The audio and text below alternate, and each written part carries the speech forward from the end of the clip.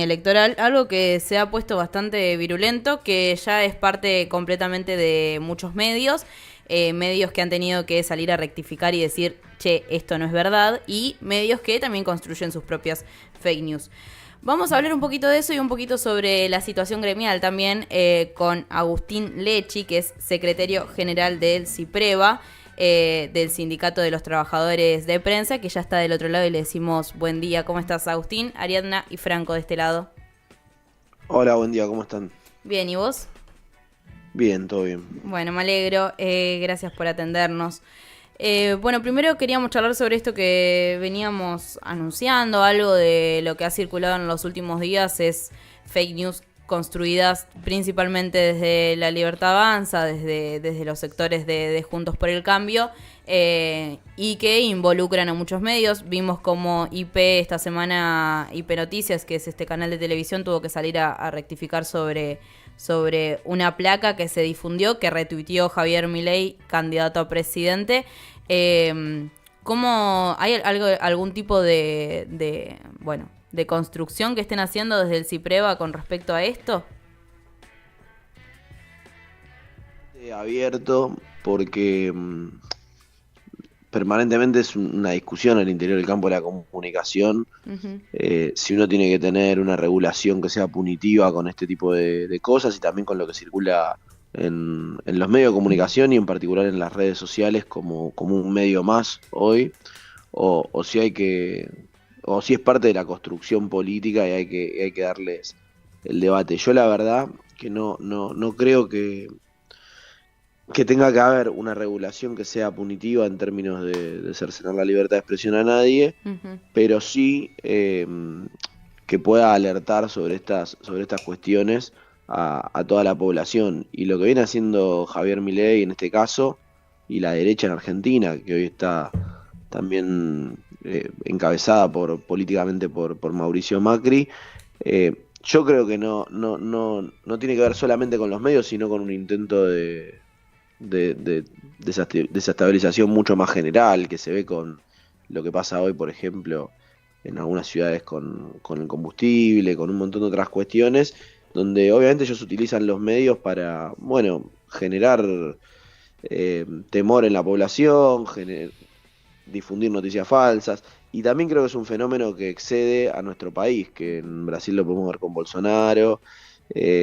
Nosotros lo habíamos discutido previo a la campaña donde Bolsonaro termina siendo presidente con el que hoy es el dirigente más importante en Sao Paulo, que es Guillermo Boulos, que estuvo en nuestro sindicato y nos comentaba ya cómo circulaban, no en ese momento en las redes sociales, sino en WhatsApp, cadenas de noticias falsas. En la pandemia también lo vimos.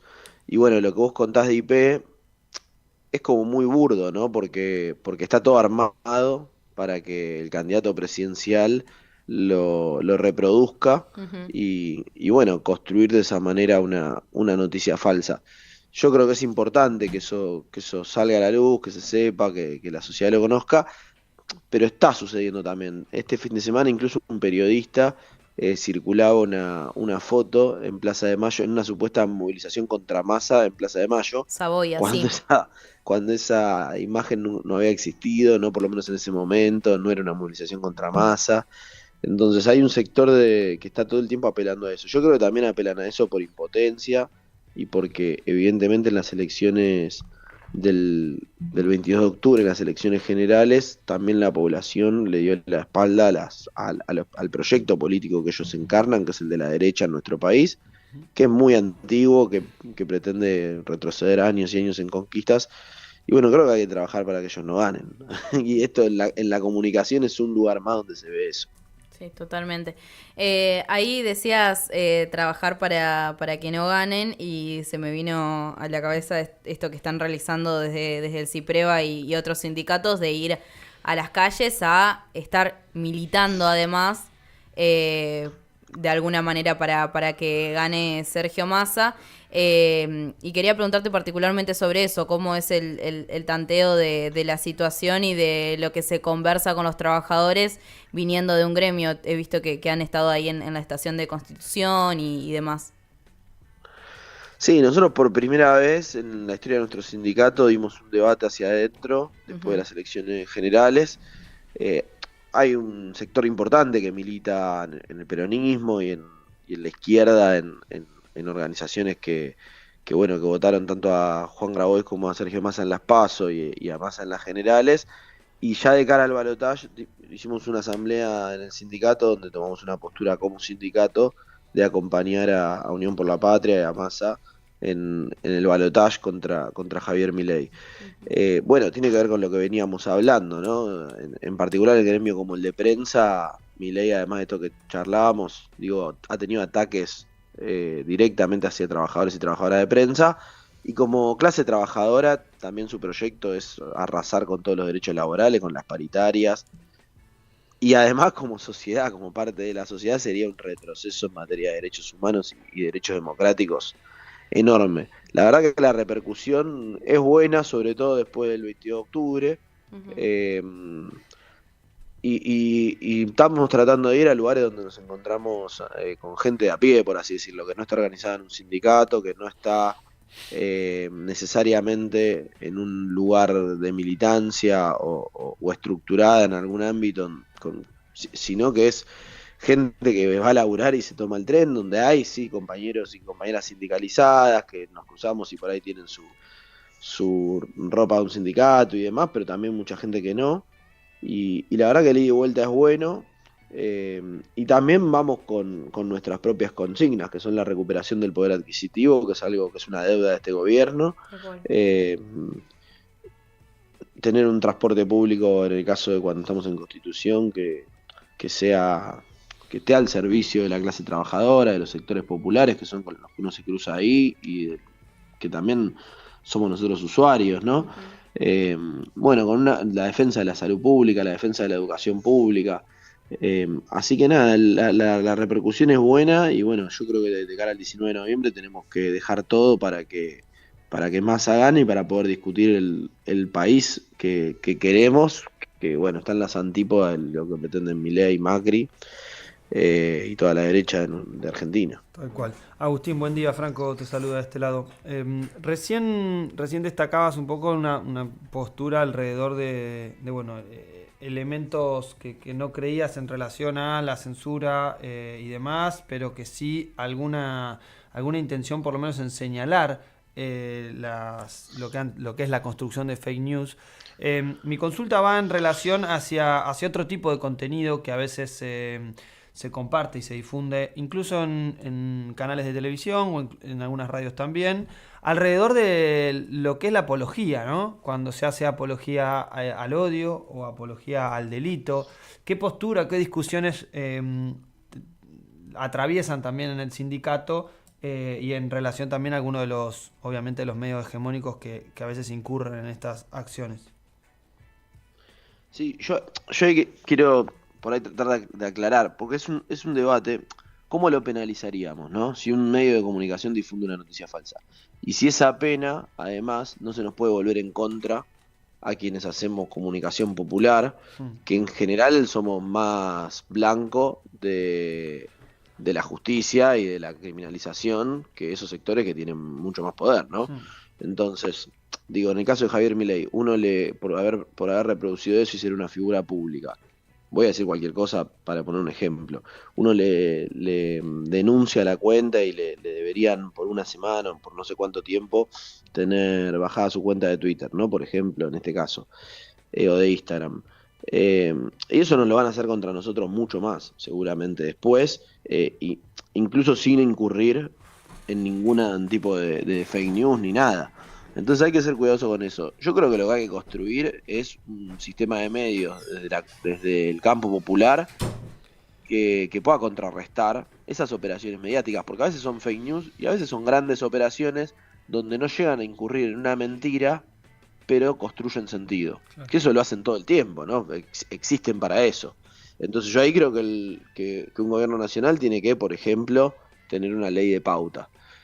Y además creo que lo económico muchas veces tiene un peso mucho más grande que algo que tenga que ver con censurar o dar de baja.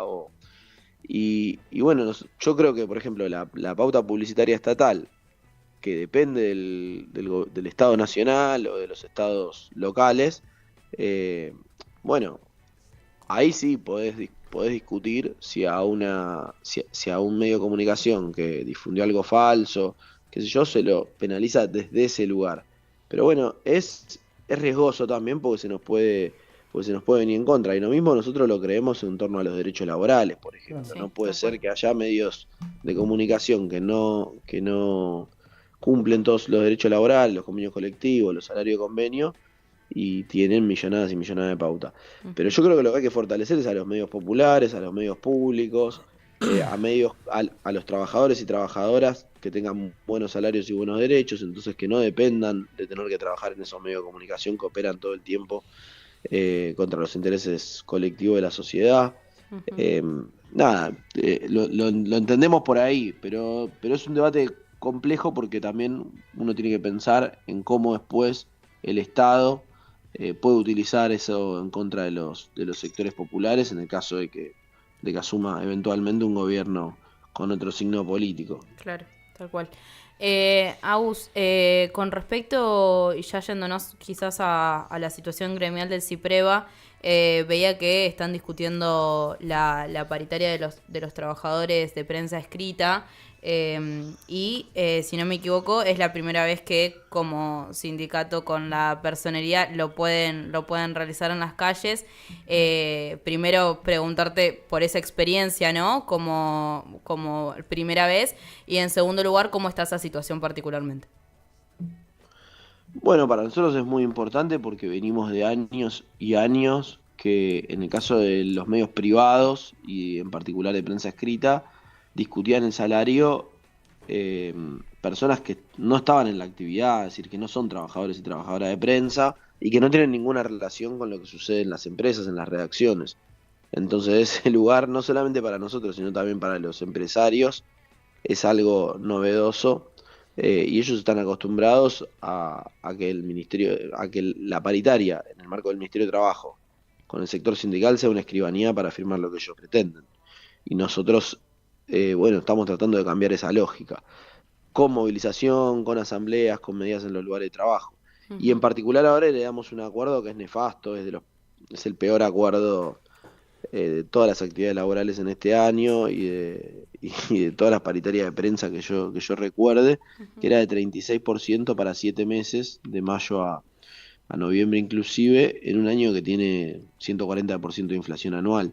Entonces la verdad que lo hicieron, ya en mayo nosotros teníamos la personería, pero no estaba ratificada por la justicia, lo hicieron para condicionarnos, sabiendo que de esa manera íbamos a tener que empezar a discutir un acuerdo que era muy adverso, así que estamos tratando de mejorarlo, estamos en negociaciones en este momento, el lunes tenemos ahora un cuarto intermedio hasta el lunes, tenemos expectativa en que lo podamos mejorar, el problema es que aún mejorándolo sigue siendo un acuerdo malo y nosotros no nos resignamos a perder poder adquisitivo con la inflación y es más, tenemos que tener una agenda de recuperación de salario y de derechos.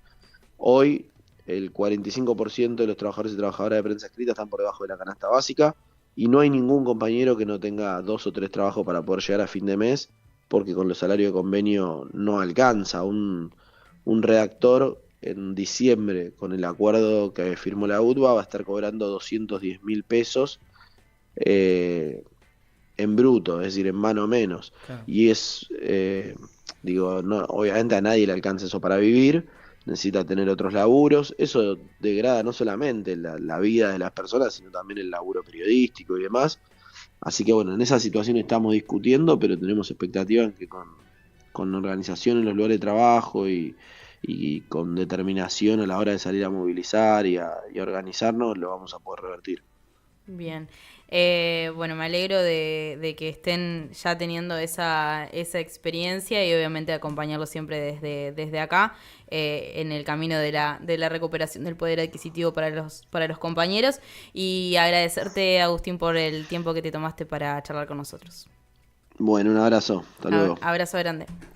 Ahí pasaba Agustín Lechi, secretario general del CIPREVA, el Sindicato de Trabajadores de Prensa, hablando un poco sobre esto que está sucediendo, la construcción de las fake news, cómo se toma desde el sindicato y una situación gremial en la que por primera vez el CIPREVA discute en las calles su salario